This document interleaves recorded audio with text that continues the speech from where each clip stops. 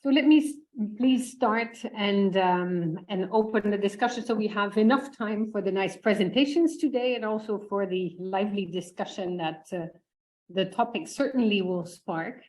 So let me really welcome you all warmly to this session organized in the framework of the IAU global series of webinars on the future of higher education. This series started at the beginning of the pandemic. It got a lot of traction during the pandemic, but still is a medium for exchange that we fancy at the IAU and is really conducive to very fruitful discussions on the transformation of higher education today. So the session today is called Shaping Teaching and Learning and Internationalization Beyond the Pandemic. Two topics that may seem a bit far apart, but yet you will see very quickly how much they're related. So we focus specifically on presentations and a discussion on the results of a qualitative research that followed on the publication of the second IAU Global Survey on the impact of COVID-19 on higher education. This particular qualitative research focused specifically on the impact of COVID-19 on two aspects, i.e. teaching and learning and internationalization. And I'm very, very pleased to introduce the first three speakers and to warmly welcome also the representatives of universities who will share with us in situ experiences in these two major topics. So I'm pleased to introduce the three speakers, starting with Elisa Guidi, who is a postdoctoral fellow at the University of Foreigners in Siena in Italy, and certainly also a former intern at the IAU who has contributed a lot to the work of the IAU when it came to launching the IAU Global Survey on internationalization and the one also on the impact of COVID-19. And so it's very nice that today you are part of this important project and you will set the scene. Then I will give the floor to Trine Jensen, the manager in digital transformation at the International Association of Universities. And you do a lot of work on the transformation that the higher education sector is undergoing today, and you will talk more specifically on the impact of COVID-19 on teaching and learning. And third, I will give the floor to Giorgio Marinoni, the manager internationalization at the IAU, and you will focus more specifically on the impacts of COVID-19 on the internationalization processes within a university. So to all, let me inform you already that this session is being recorded, that the session recording will be made available online in the series of webinars that we offer on the future of higher education and as well on the YouTube channel of the IAU. Please ask all your questions in the Q&A section online, and you can also make comments in the chat. And there will be a session at the end of the presentations of the three initial presenters and the university representatives as well. And then there will be a Q&A moderated by Elisa Guidi. So I wish us all, and you all, a very good session, and I very much look forward to the discussion. So the floor is yours, Elisa. Thank you very much, Hilligje. I'd like to share, it was a pleasure to do my internship abroad at IAU. Thanks for Professor Carla Bagna from the University for Foreigners of Siena for creating this connection within the AFRUT 2020 project. So I will share my screen.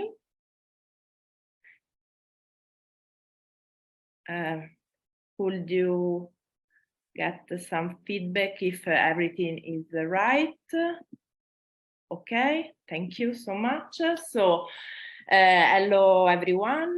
Thank you all for joining this webinar. And so I will start by introducing the qualitative research. So this qualitative research is a follow-up project to the second IAU Global Survey on the impact of the pandemic on higher education.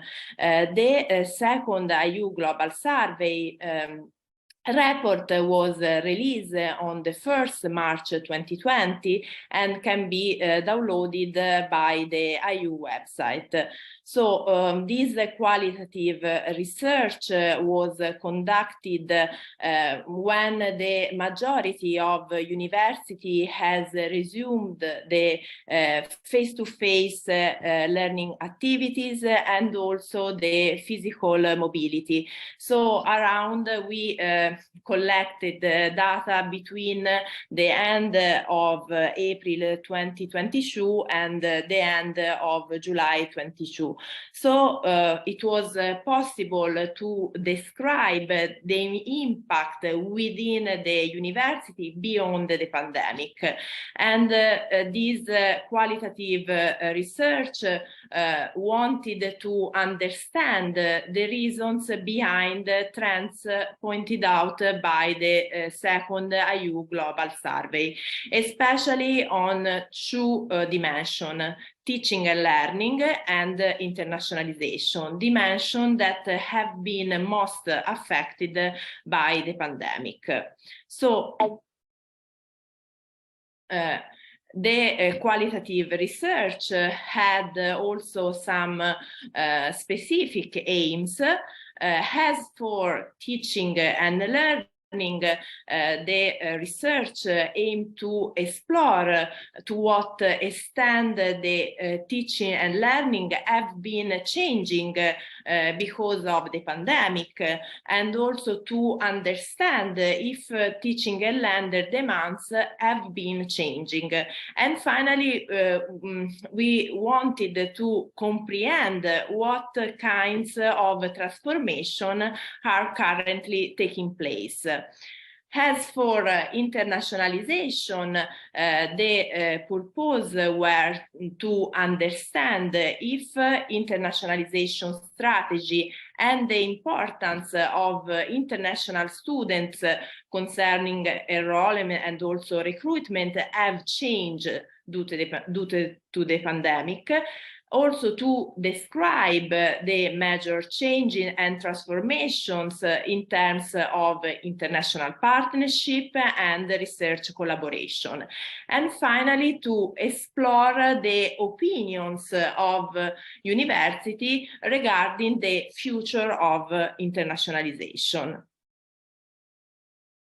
So we decided to use an online qualitative survey because we want to hear the voices of university coming from different regions of the world. And so these tools is very useful to reach geographically dispersed university and target at large.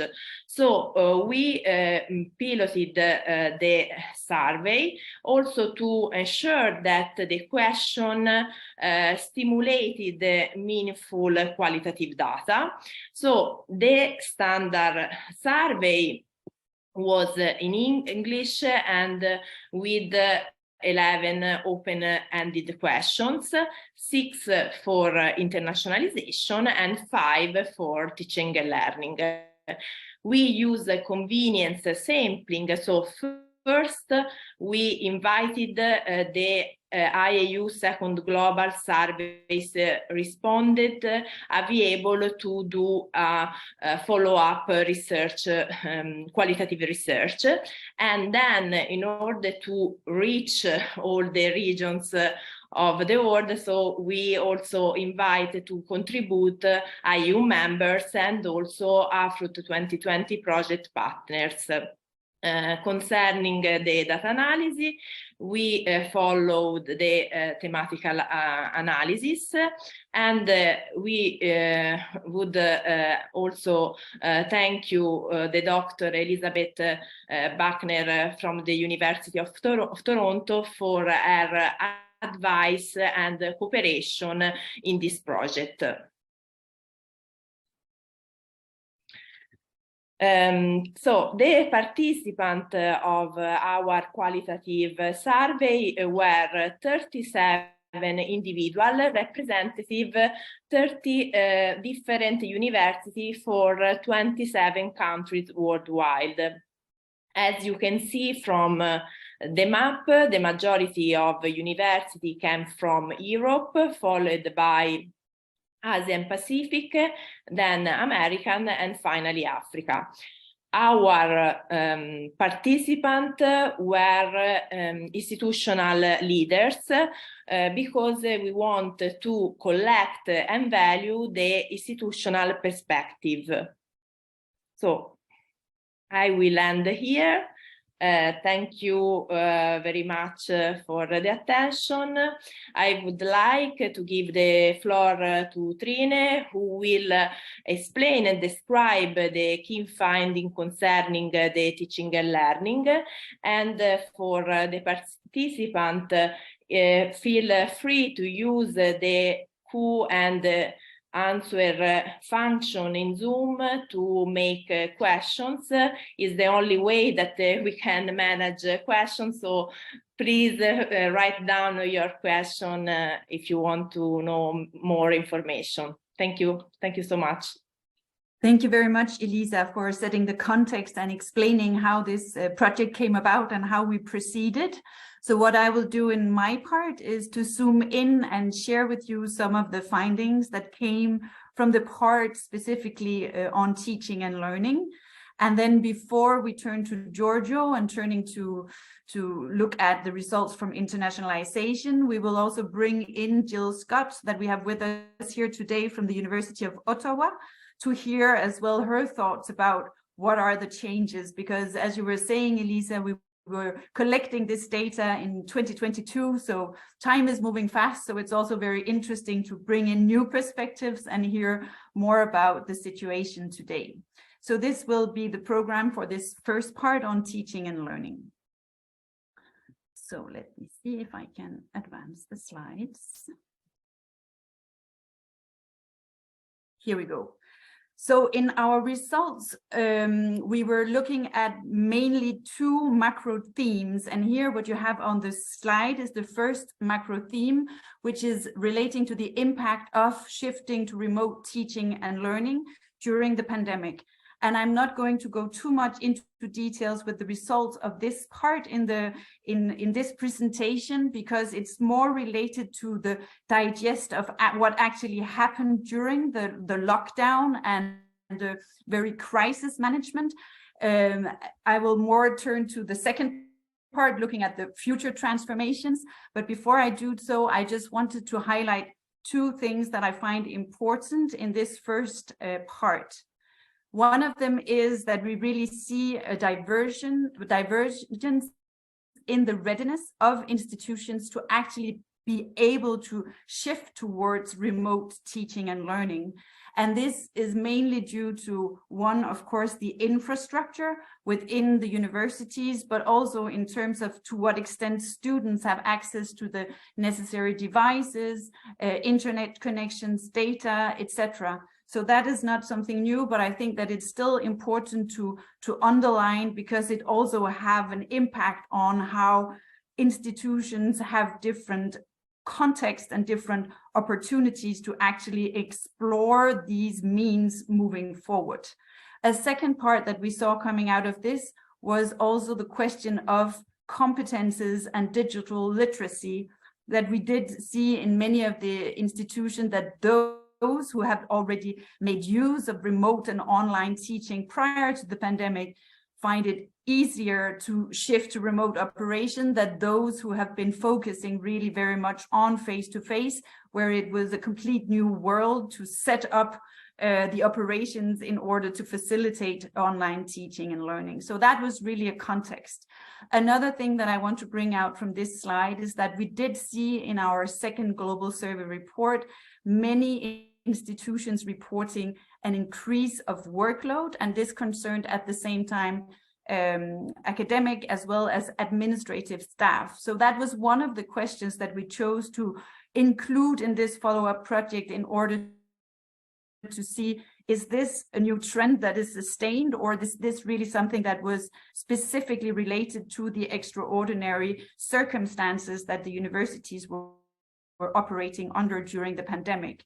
And here we find positive results in the sense that in the narrative of the universities responding to our survey, it is really explained by the fact that so many things were changing. Additional efforts were required by staff in order to cope and in order to organize remote teaching and learning, while also dealing with a crisis situation with additional needs of students when it comes to isolation and being able to continue learning during the pandemic.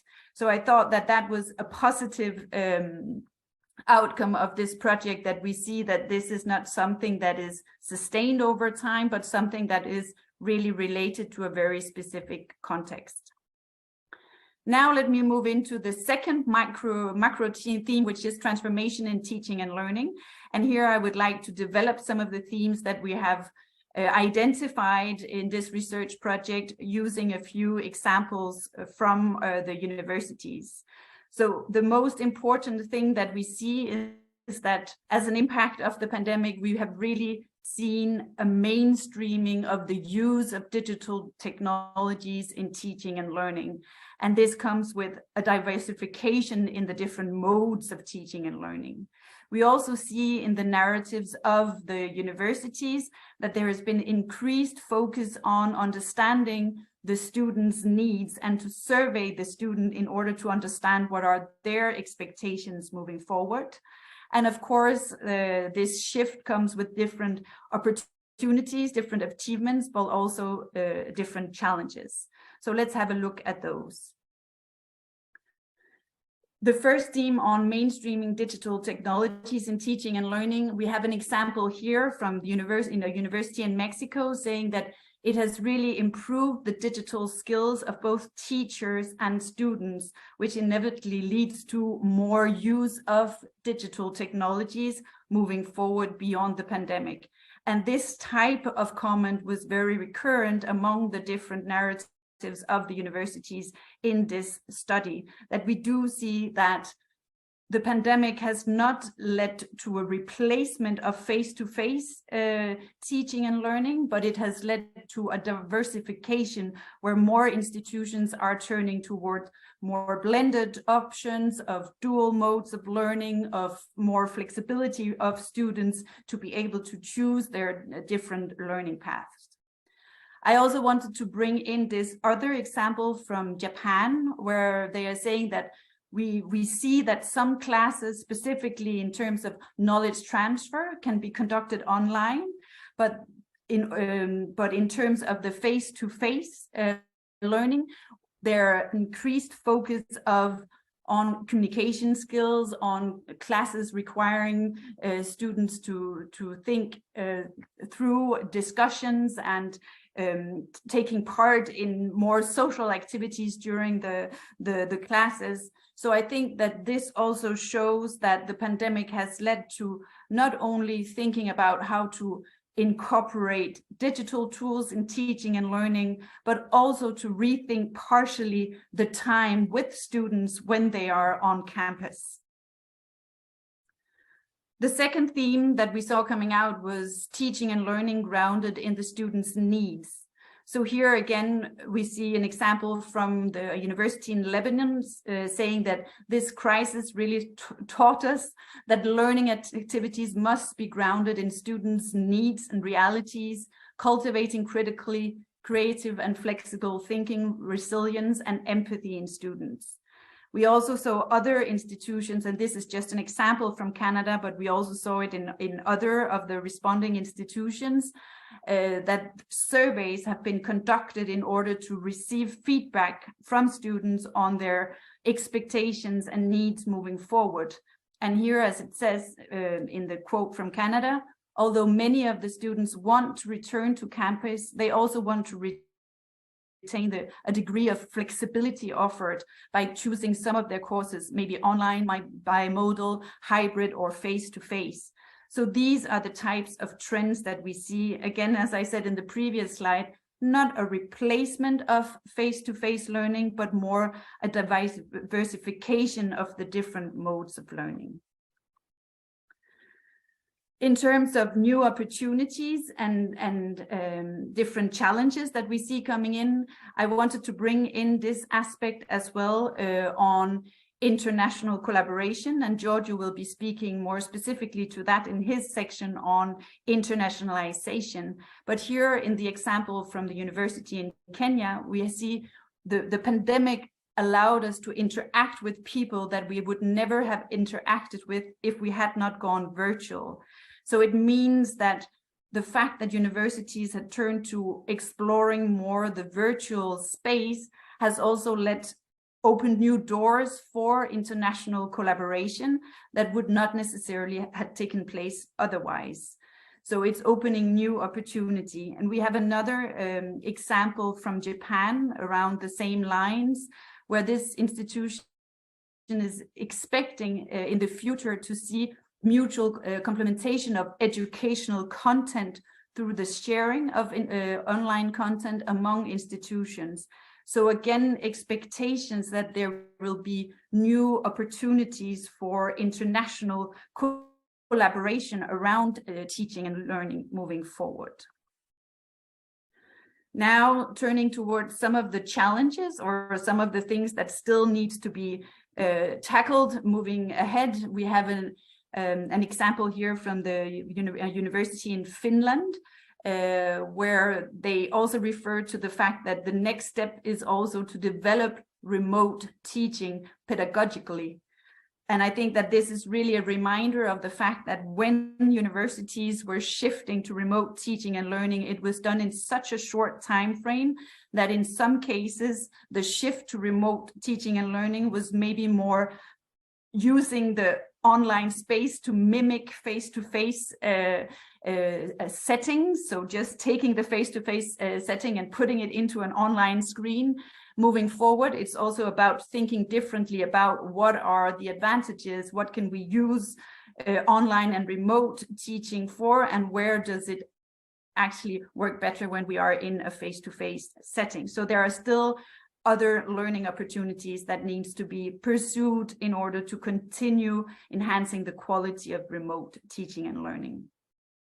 And then finally, two other quotes that I wanted to bring in here is a university in Spain reminding us that it's not only about technology and infrastructure, it is also about a cultural change of mind if you want to change how things and institutions are operating. And as follow-up to that, we have here another quote from Brazil, where they are expressing the fact that for change, it is really important that there is support as well from the university's top management in order to further explore virtual learning environments and new technologies. So those were a few examples of the results coming out of our research project on teaching and learning. So in order to sum up, I think I would like to end with three messages. So one is the shift towards remote and online learning has not replaced face-to-face learning, but it has changed in the way that many more universities today are exploring how to use digital tools in order to enhance the quality of teaching and learning and to provide more flexibility for students. I think that second, it's still a phase of learning, of adaptation, to draw the lessons learned from the pandemic, to see what do we want to keep, what does not work, and how do we define teaching and learning moving forward. And then finally, although it was not the center of this presentation today, I also want to highlight the fact that we still see very different conditions of universities in order to be able to leverage digital possibilities. So the digital divide still remains an obstacle. Of course, that does not prevent universities to decide to go face-to-face and not necessarily use digital tools. You can still do that, but at the same time, we also live in an increasingly digital world where there is a need for digital literacy. and skills, and therefore we do still believe that it is important to continue to work towards closing digital gaps and get as many people as possible to benefit from the opportunities. So I would like to stop the presentation here, and I would be pleased to take any questions later. So please do go into put your questions into the chat. And before we move on, Jill, it's my pleasure to give you the floor. You're the Provost and Vice President of Academic Affairs at the University of Toronto in Canada. And I look very much forward to hearing about your experience and your thoughts about the future of teaching and learning. Okay, well, thank you for this this kind introduction. I'll just clarify that I'm actually at the University of Ottawa, Université d'Ottawa, but that's no worries. I did certainly my graduate work in comparative literature at the University of Toronto, so I'm always very excited about that institution as well. Well, thank you for the invitation, and it's really wonderful to be part of this conversation. And I'll say that I think possibly one of the quotes from your work there about the survey may have come from the University of Ottawa, because we did quite a lot of student surveying during the pandemic and after the pandemic to understand better some of the specific experiences of our students and how we could adapt a little bit on the fly, in fact. And so maybe I'll just say a couple of words about the University of Ottawa, for those of you who don't know so much about the university, to give the listeners a sense of, well, the context in which we were doing all of this work. So the University of Ottawa, as the name indicates, is in the capital of Canada, Ottawa, a city of, 1.5 million people. So it's not a massive urban environment. But we have almost 50,000 students, and we are a research intensive university. And what makes us really stand out is our bilingual nature. We are the largest bilingual university in the world, French-English, and 16,000 of our 50,000 students are Francophones, and we offer all of our programs in both English and French. And we do also have a certain number of students who are studying in both languages. And so that creates all kinds of exciting opportunities and also some pretty substantial challenges. I would say also our international students are roughly split between Anglophone and Francophone. We have roughly 11,000 international students, and half of those students, as I say, are Francophone students, largely from Francophone Africa, and our Anglophone students are majority from mainland China. And so, the experience of our international students was a very big feature of the pandemic. And so in terms of my remarks, I'll maybe, try to bring together these conversations about internationalization and teaching and learning at the same time. I will say that, often at a university that is very focused on research, it's difficult to put the spotlight on teaching and learning. The university is very proud of our achievements in research, and we have been moving up in international rankings. In 2018, the university was ranked between 200 and 250 in the Times Higher Education ranking, and in 2023, we were ranked at 137. And so there has been a very solid focus and effort. Now, the pandemic put a spotlight on teaching and learning, and it helped us advance. So the university already had about 10% of our learning happening online, had 10% of courses being offered online. But what we did during the pandemic that was, I think, really very exciting was that we invested heavily in what we called bimodal, but what is also called synchronous hybrid. So where you have some of the students online and some of the students in the classroom learning simultaneously and at the same time. And in order to do this, we equipped our classrooms with technology for video conferencing. And so we equipped 250 classrooms and made between a $5 and $7 million investment in educational technology to enable that. And so I think that was a key differentiator for us. We also, had, as you can imagine, as most people did, the vast majority of our courses in the 2021 academic year were completely virtual. And so we found that we had to do quite a lot of thinking on the fly.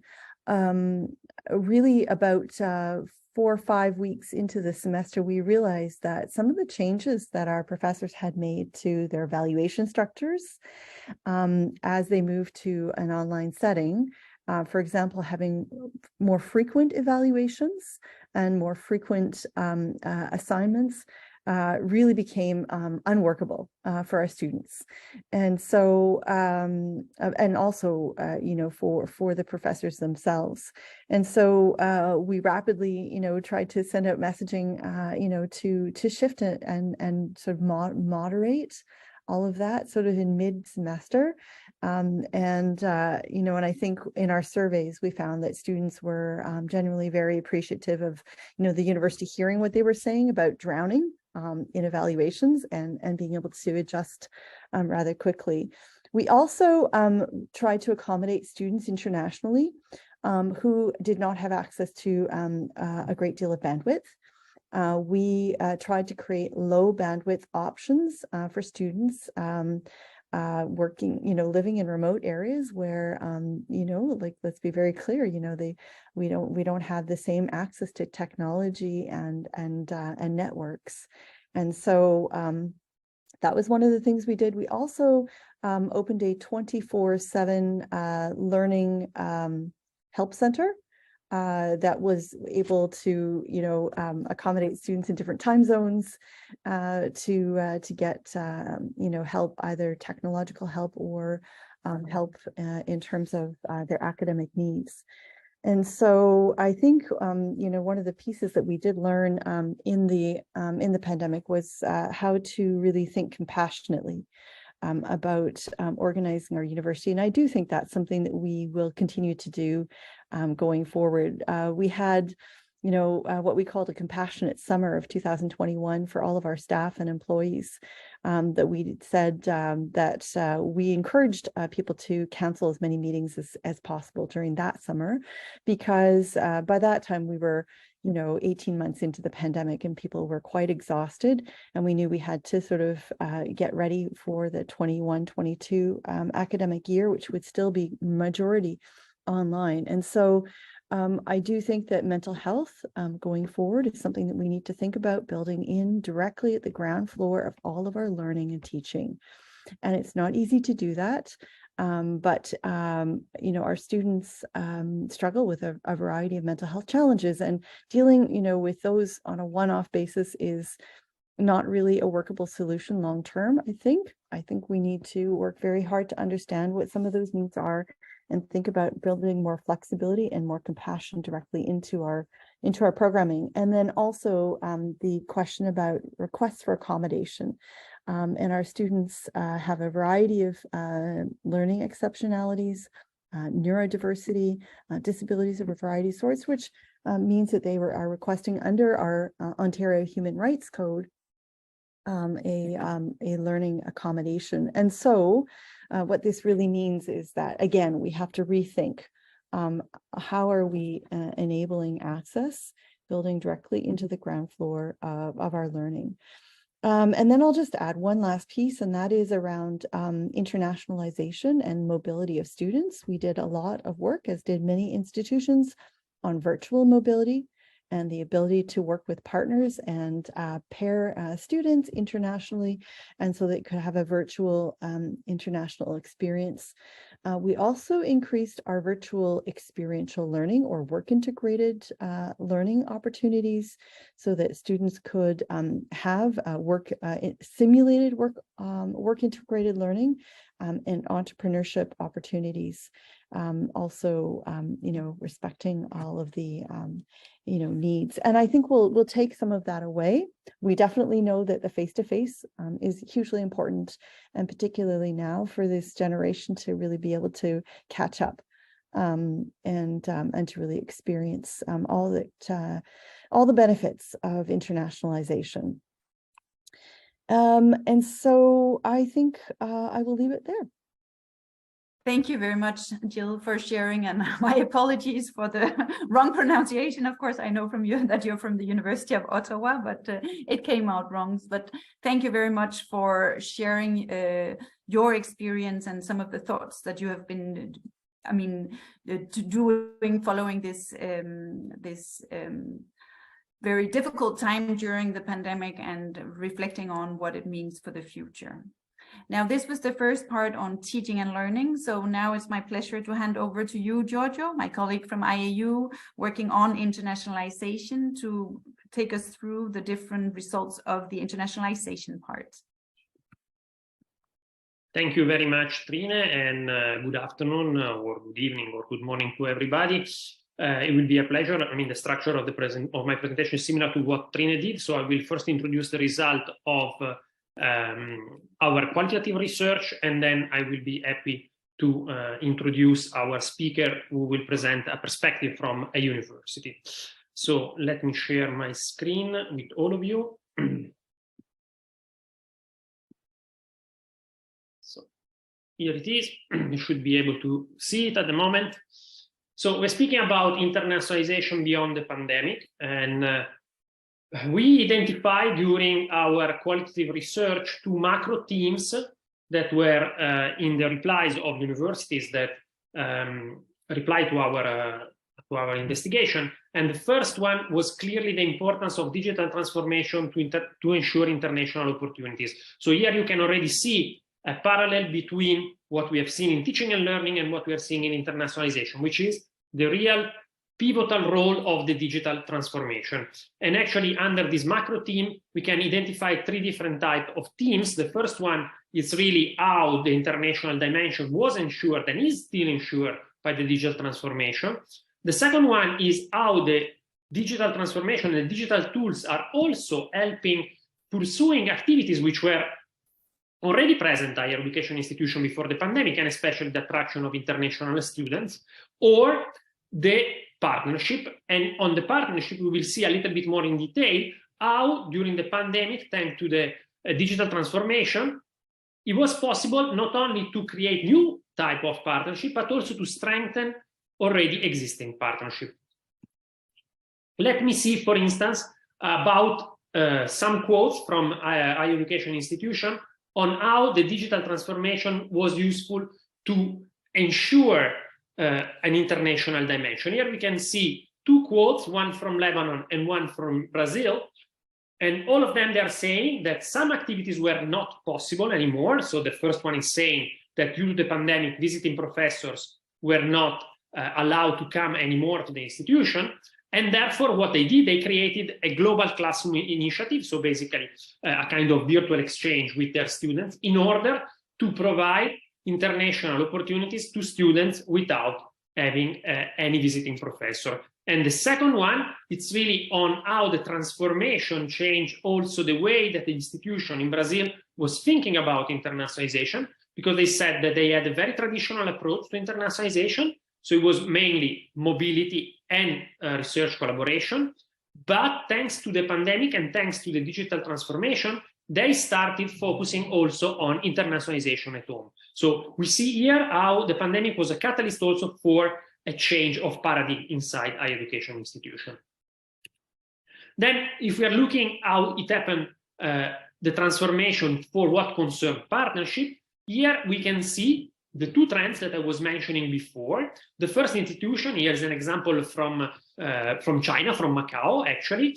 And what they are saying is that the pandemic was really an opportunity to strengthen the existing partnership, because they had the time and the tools, also thanks to digital transformation, to really devote time and effort to strengthen existing partnerships that were already there.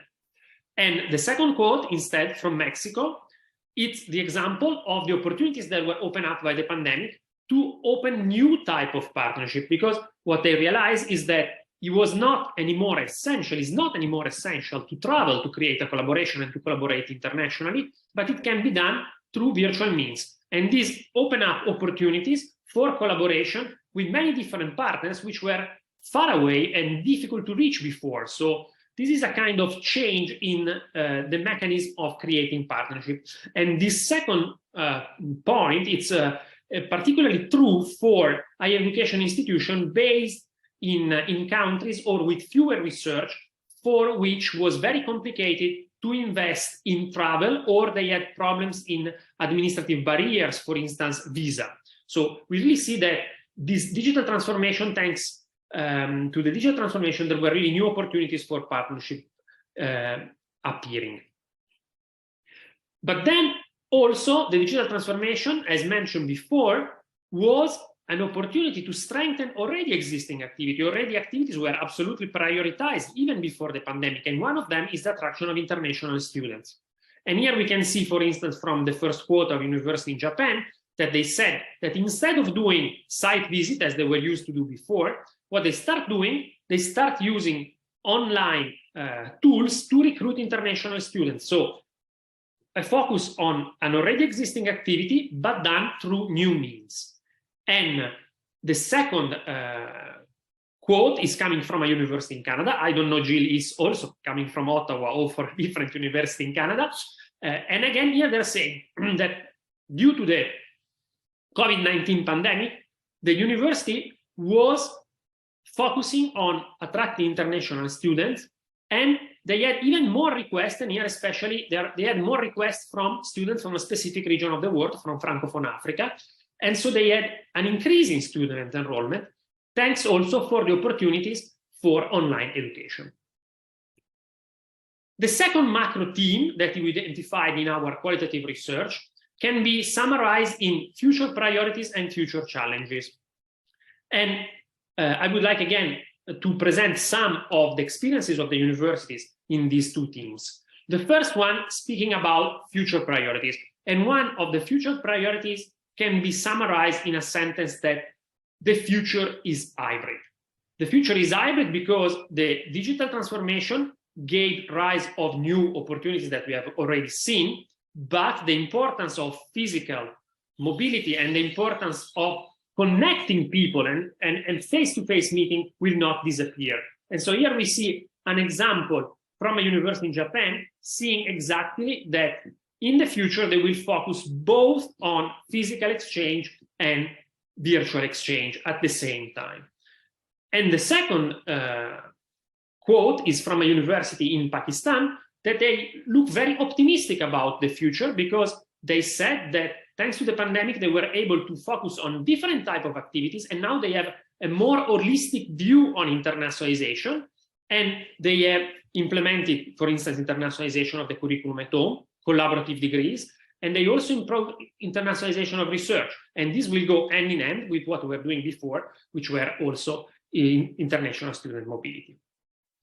However, the future is not completely bright, but there are challenges coming up. And actually, there are two types of challenges that I would like to underline that came up from our research. The first one is the temptation to go back to business as usual. Let's call it like this. So to forget everything that we learned during the pandemic and to go back to a model of internationalization, which is based again on student mobility, a very narrow focus of internationalization only on student mobility, and especially the attraction of international students. And there might be different reasons for that. It might be because it's universities are used to, it's a model that they know well how to do, like in the first quote from the university in Brazil. So they said, that is our strategy. We are focused on international student mobility. That's what we want to do. Now there will be the possibility, we will go back to that. And the second one instead is an issue of financial sustainability. We know that for many universities, the attraction of international students was a very important part of their budget. And so somehow paradoxically, even if the pandemic has shown that there is a different way of doing internationalization, they were so hardly financially hit, and they even have fears of financial sustainability, that now that there is the possibility again of focusing on international student mobility, what they're doing, they're focusing even more because they want to have these revenues. So why this is a challenge? Because we know that an internationalization model based only on student mobility It's not fair, it's not equal, and it's also not sustainable. But unfortunately, it's difficult to change. So that's it for my presentation on the result of the qualitative analysis. I will be pleased to have questions from you. But before coming to the question and answer session, I would like to introduce Cesar Miranda from the Pontifical Catholic University of Peru to give us a perspective from a university in Latin America. Cesar Miranda is the International Development Coordinator at the Pontifical Catholic University of Peru. Cesar, the floor is yours.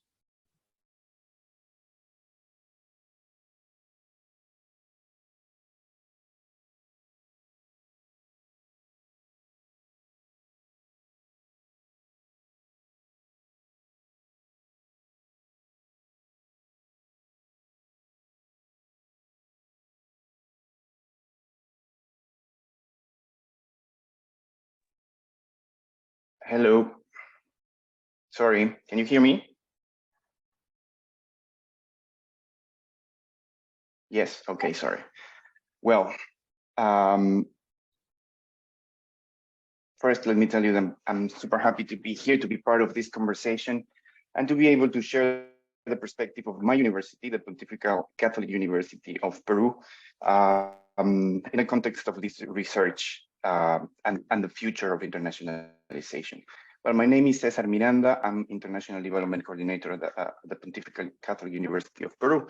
And I will start spending a couple of minutes telling you about the context of higher education in Peru.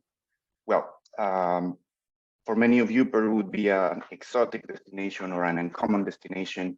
And we're certainly located in the global south, so we don't share what is commonly known in Europe or the US or North America. So there are two graphs that I brought here to paint the picture for you. In Peru, there are 95 universities, where 50% are private and 50% are public. But if you see, in terms of enrollment, you can see that private universities have over 65% of enrollment percentage. So the system is a system that is dominated by private providers. And well, you can infer from this that there is a lack of funding for public institutions. And above all, there is a regulatory uncertainty because the public bodies that govern education, higher education, are constantly being questioned by political actors that want to pursue their interests. And this is the context in which my university operates. In general, there is a concern about the quality of education throughout the country. Well, my university, in terms of global rankings, for what it's worth, occupies the position 362 position in the latest QS University ranking in 2023. And as you can see, the second university comes in this position, 651, and the third in 801 in Peru. So I'm telling you this to, of course, convey that our university has certain prestige level locally and internationally, but also that the other universities in Peru may not share the same reality. So the perspective that I'm going to share with you in the next few minutes may not be representative of the reality of the majority of institutions in the country. So I'll try to go straight to the point now and tell you a bit about our university's response to the pandemic. Well, as you already heard from the other speakers, it was a dramatic situation, but let me point out that for Peru, it was especially dramatic. I don't know, maybe you have read it, but Peru has had the highest death rate during the pandemic and was one of the countries that spent or had the longest quarantine in the world. So it was quite dramatic situation for everyone. So as a university, like most of the other institutions, we had to switch to remote learning, remote teaching overnight. But we did it in a successful way, I may say, because we also applied surveys to our students, and according to the feedback, they were more than satisfied from the service that we managed to deliver. But I should point out that also we were a traditional institution focused on the delivery of face-to-face education, and we didn't develop virtual education at all. So it was a completely new task, a new experience for everyone that of course cost lots of effort, and it increased the level of workload that we had. But we managed to do it, and we are happy to say that we more than survived. I would say that we thrived during the pandemic, because we learned lots of things. In terms of internationalization, we embrace the virtual formats such as collaborative online international learning or virtual mobilities. We started a program for collaborative online international learning that has been working already for more than 3 years and has managed to create policies and incentives for professors and strategies for engaging in collaboration with more and more partners around the world. But also one of the learnings was that we started focusing much more in internationalization at home. We were already doing things related to internationalization at home, but during the pandemic, that was our only choice, or the biggest opportunity that we had. So we focused more and more and started developing the delivery of courses in English. I know that it's a trend that countries that are not Anglophone start thinking about delivering courses in the English language in order to attract students and staff. But yeah, that's what we did. We started focusing more on international education. And by the way, what you're seeing here is a machine that was developed at the university. It's a mechanical ventilator that was developed entirely in-house and managed to be mass-produced and was in hospital rooms helping fighting the pandemic, because our country suffered a lot. Our public services are not the greatest level, and we had to do something. So overall, the response that the university had was actually, I would say, very, very positive in the amidst of very bleak context. Of course, I'm not saying that everything was great. There were lots of difficulties, but it could certainly have been much worse. So this experience brought about lots of lessons for cultural change, actually. I was very happy to hear from Giorgio that many other institutions reported the same outcomes.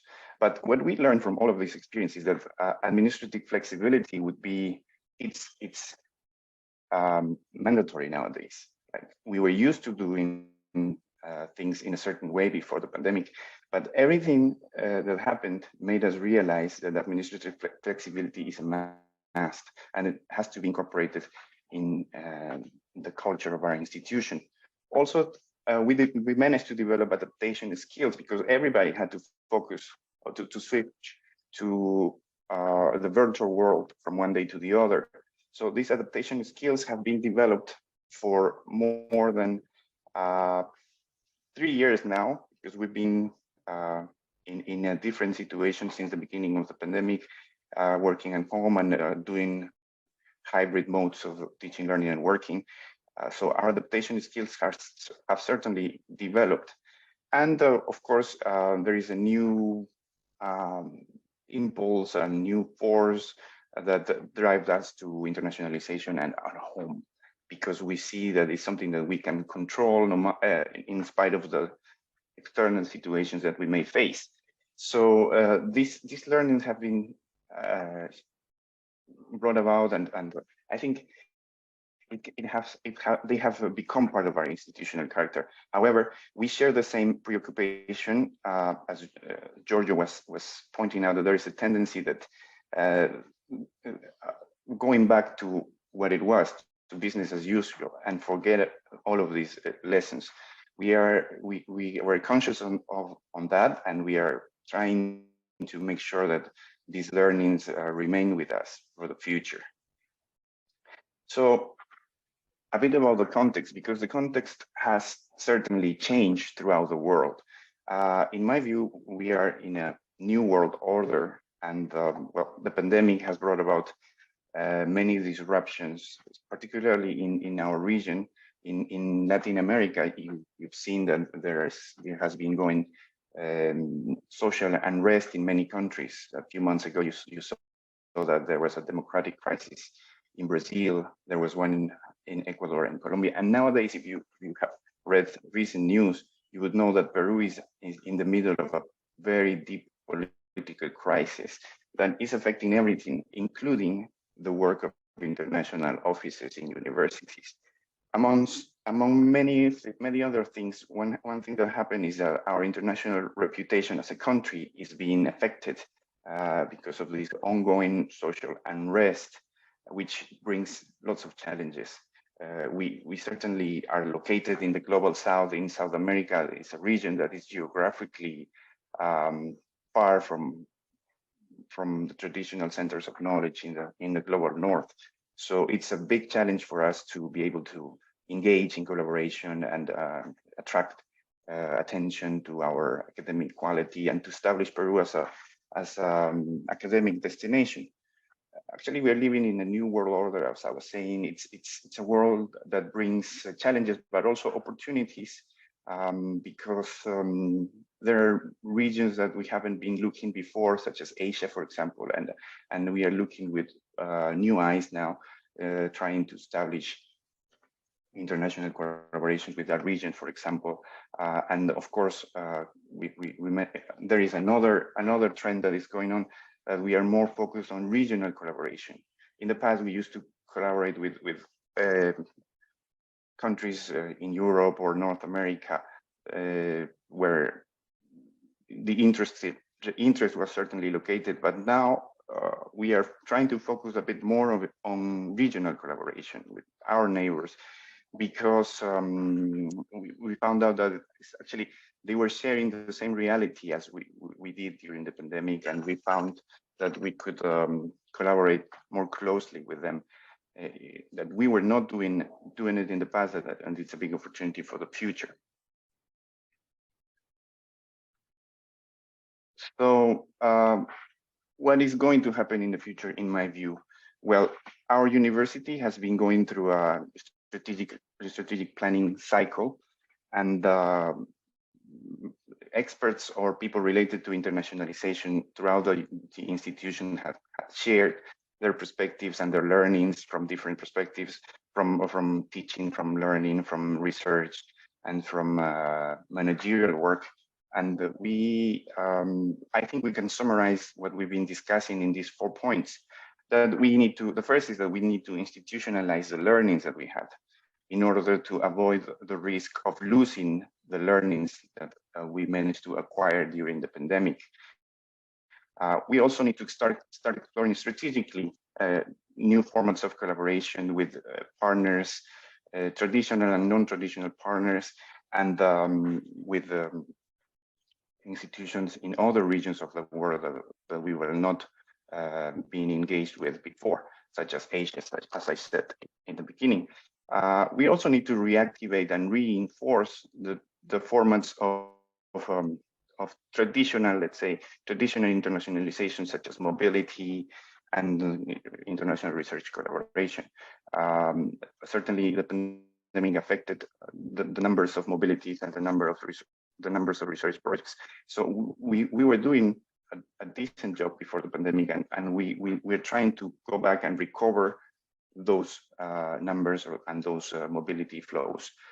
That is another thing that we need to do. And finally, we need to incorporate a social outlook in our internationalization efforts, because as you have experienced, we felt individually and personally that something that happens at the other end of the world can come and disrupt everything in our neighborhoods, let's say.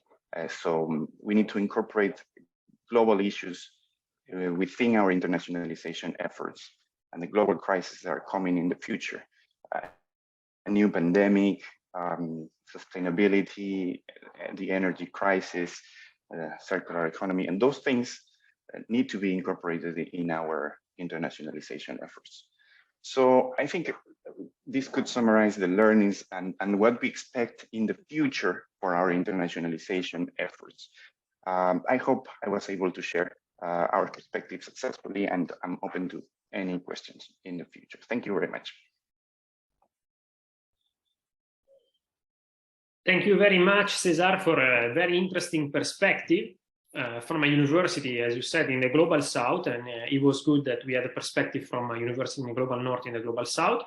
And now I would like to give back the floor to Elisa, who will lead a question and answer session for the next 20 minutes.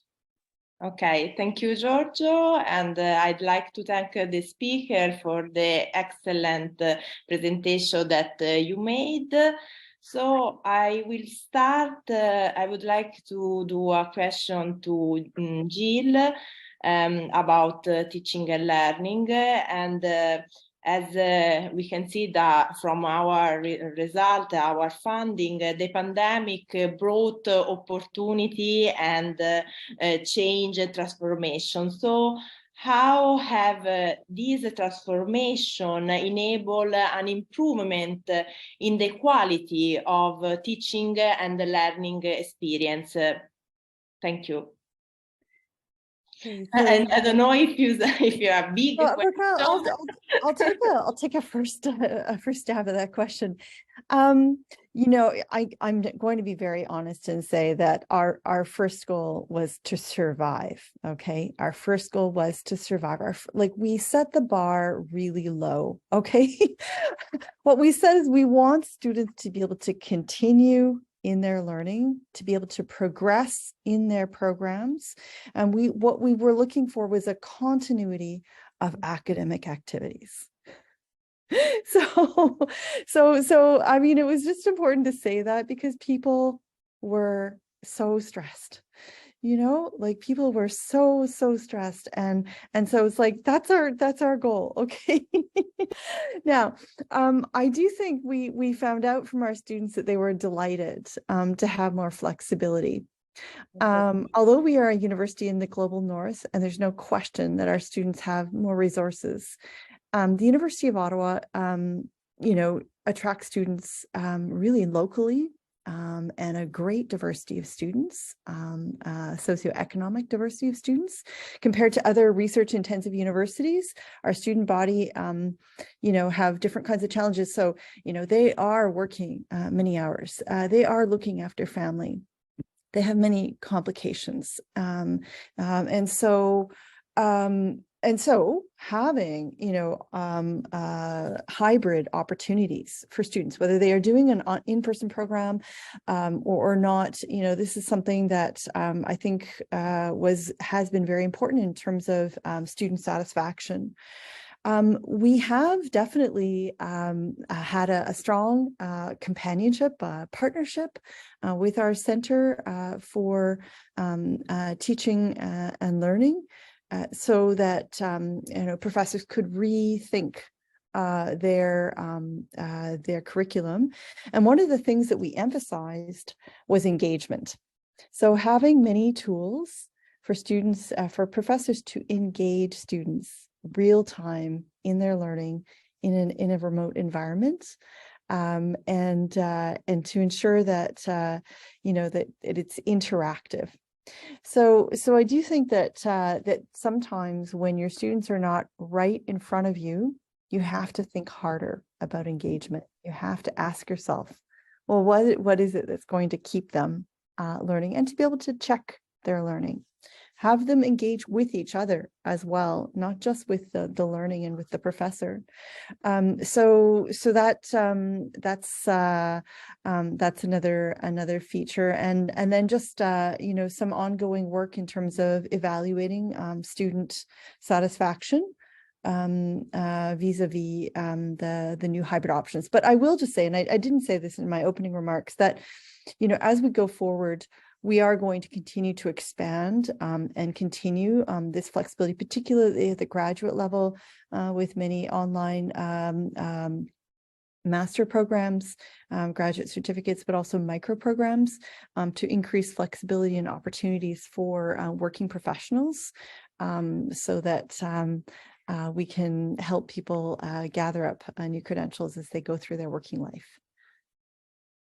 Thank you so much, Jill, for sharing your good practice about the hybrid model and how he's perceived by your students, but also from your professor, that maybe they put more effort to let the student participate also in online settings. That is very difficult. So maybe there is a kind of transformation of the approach to the education on online environments and settings. And I also would like to ask a question to Cesar.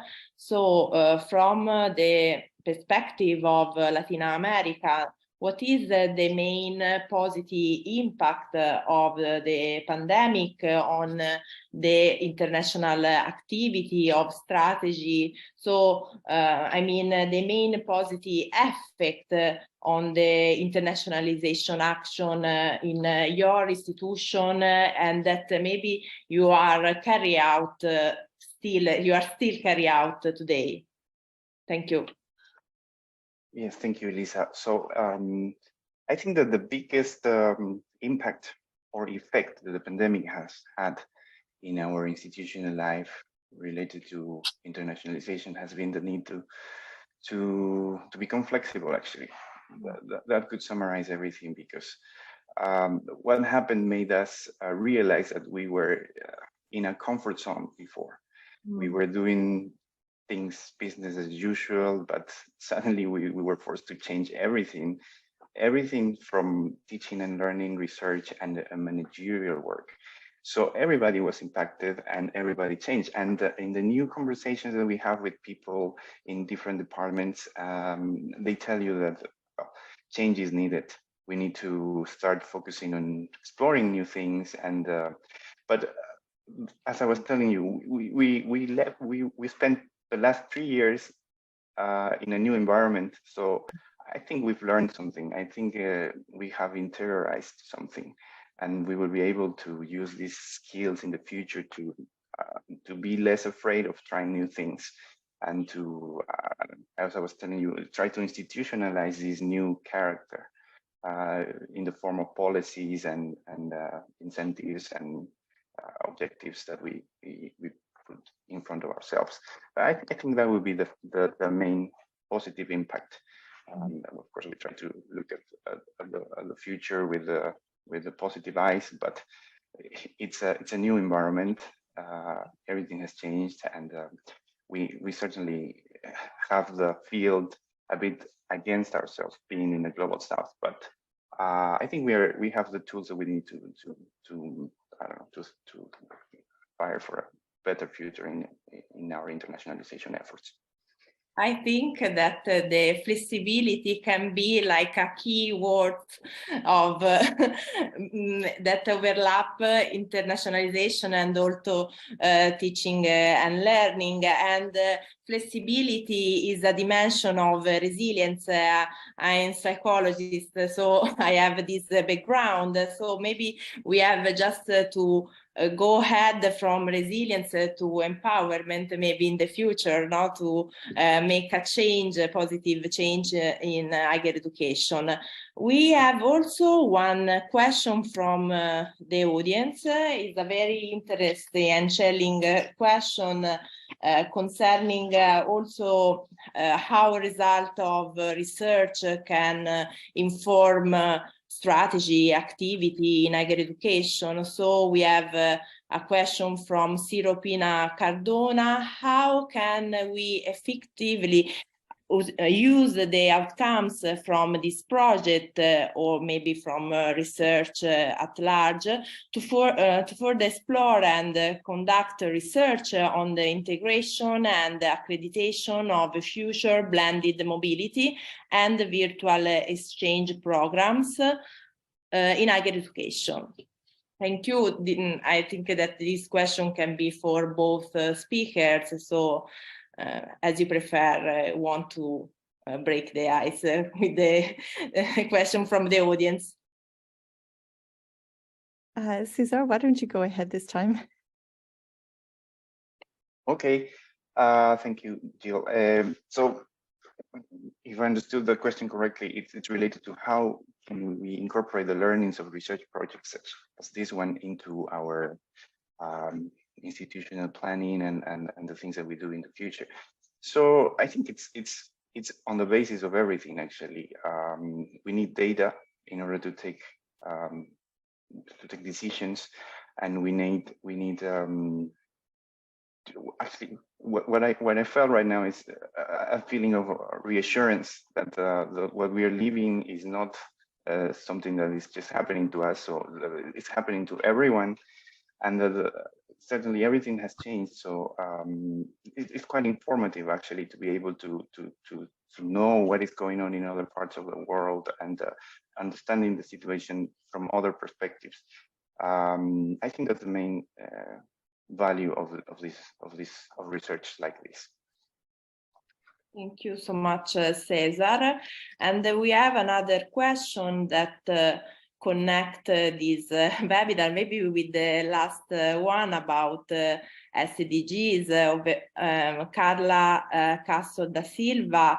Asked after the difficult times we had during the pandemic, we learn, at least we should have, the importance of collaborative efforts to solve global issues. In this scenario, the SDGs have become central in some discussion. How are universities approaching SDGs and connecting it to their internationalization strategy and processes? I let.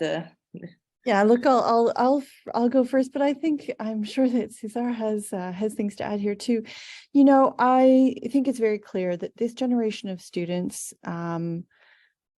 is very determined. They are, they see themselves as, leaders for a changing world, a world that is uncertain, a world that has, great challenges. And I think this generation grew up with access to seeing those challenges playing out real time. And so therefore is very seized with the urgency of bringing positive change. And so I do think it is the job of universities to listen to that, to respond to that, and to ensure that what we're doing is relevant and meaningful, because that's what brings engagement, and engagement, brings learning. So that's I mean, that may seem very obvious to say that, but let me also just say that SDGs don't change the world. People change the world. And I do think that, we can't just, think somehow if we bring this into our curriculum and bring this into the foundation of our programming, that, automatically the world will change. I do think we also need to enable and empower these young people, and also really ask ourselves deeply, well, what are we willing to give up? And to force those kinds of quite difficult conversations. Thank you, Jill. Let's see if there are other questions coming.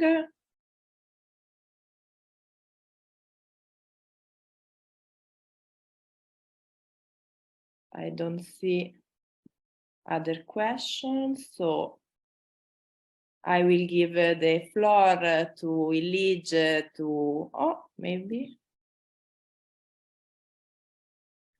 We have another question from the chat about students' mobility. How students' mobility will continue through virtual mobility? What about its impact on their skills?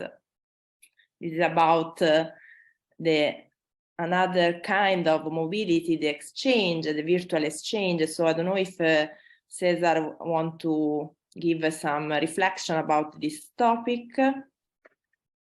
Yes, I don't know if I said this during the presentation, but one of the main findings that we're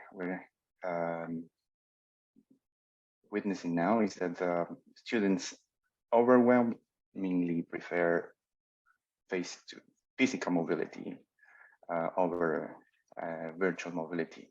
So after we reopened, after physical mobility became available again, we felt this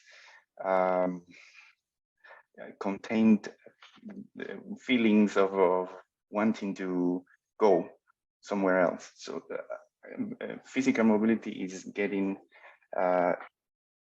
is becoming more and more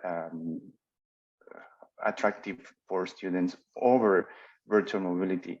There is a very high risk of forgetting about virtual mobility. Actually, I'm worried about it.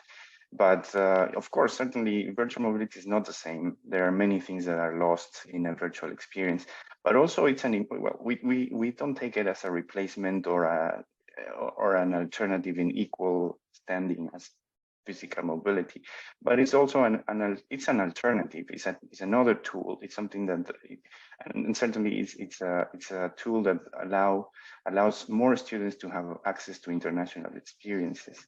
Because in countries like Peru and many others in the global south, the economic factor is very important. It's a major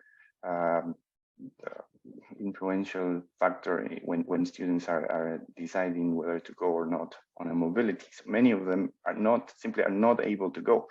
But if they have at least the possibility of having a virtual exchange or be part of a collaborative online international learning program, they may have access to this. And what we want is to democratize the access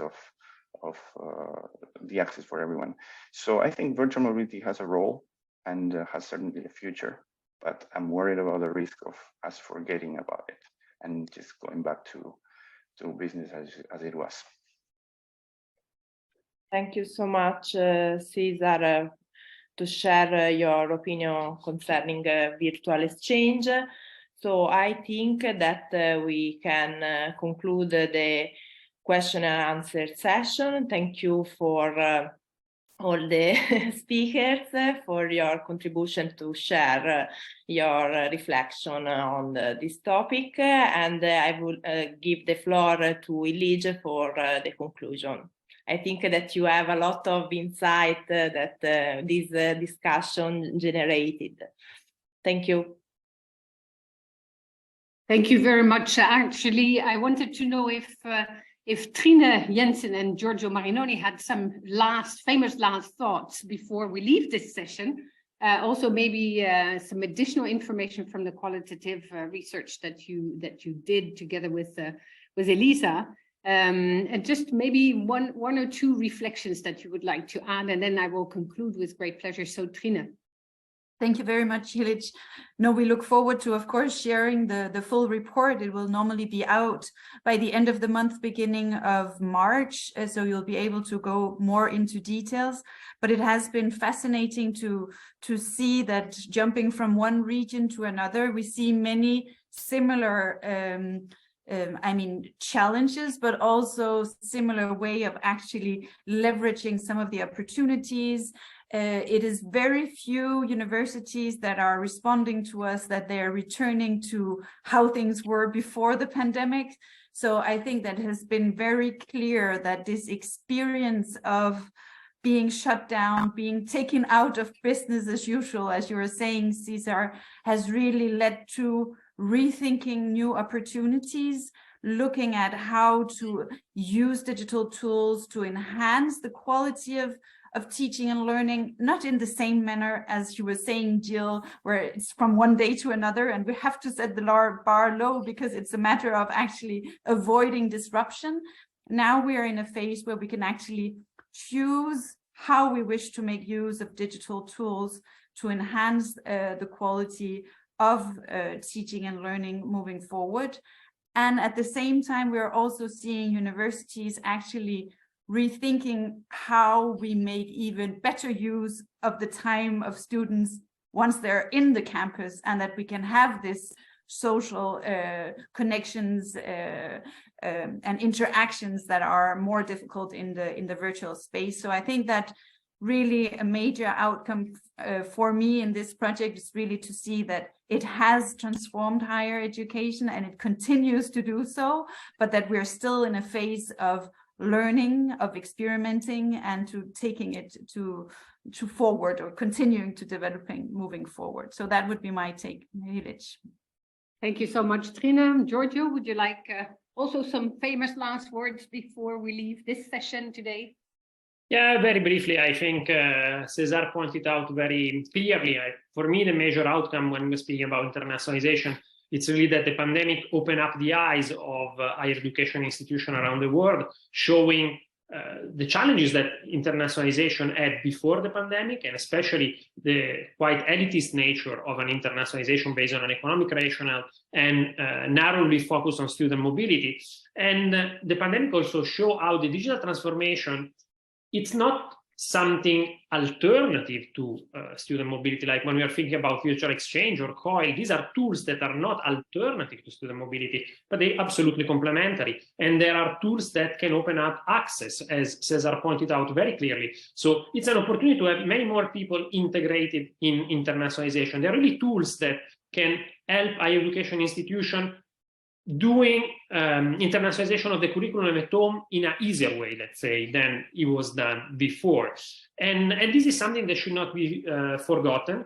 And I am optimistic from one side, because a lot of institutions that replied to our research said that the future will be hybrid, so they will not forget this experience. But on the other hand, we know we are human beings. We know that habits are difficult to change. So there is indeed a tendency to go back to what we know best, and especially for higher education institutions that are in a position that they are profiting from this type of internationalization. So indeed, there is a risk in front of us. There is a challenge, but I'm sure that this experience will also has taught us something and will help us looking in a broader way to internationalization as a means to improve the quality of higher education for everybody, and really making it more inclusive and more focusing on the benefit of the whole society. And then I would like to say that the qualitative research that we are speaking about, there will be a report, of course, and it's going to be finalized very soon. So stay tuned, because we are going to finalize it. We are going to publish it on our website, and all participants will also receive a link, and you can read more in details about the whole research. Thank you very much, Hilligje. The floor is yours to conclude this session. I knew you would, both of you, have more to say after Elisa already chipped in some great questions, also from the audience and from your end. I would like to say that the IAU webinar series is promised to a bright future if we continue to have these high-level conversations. So thank you to all of you as great speakers and contributors to these important topics. What I also see is that the IAU has a real track record in global surveys, but that there's this additional opportunity to dig deeper in some of the topics that come up when offering the opportunity to survey trends and transformations at global level are really very fruitful. It was wonderful to hear from you, César, where the difficulties lie, what the challenges are that you face, also political ones, not only geopolitical, but political ones. And when you were talking about the difficulties of a country to profile itself internationally, when the national issues arise and prevent actually universities from being part of global dynamics in the way that you described, then it's very important to hear it and to discuss it and find new ways to actually open up the discourse again to new avenues for working together. So I think that these qualitative approaches are very fruitful. Many thanks to the 37 universities also who took part in this qualitative analysis, and to both of you and PUCP and University of Ottawa for particular focus today. And what I retain from this is that there is real transformation, and Giorgio, Trine, César, Elisa, and Jill, you all stressed it, even the questions did. There is transformation. There is, as was said earlier, a real move towards thinking differently about things that we do, Also this word flexibility that was tagged and will remain with us. The cultural change of mind, I think Trine, you coined that one, is very important, because we are really seeing this opportunity to move into something else where we thought about a transformation, but we never actually dare go there. We've been pushed into this transformation. Now we have to reap the benefits of it.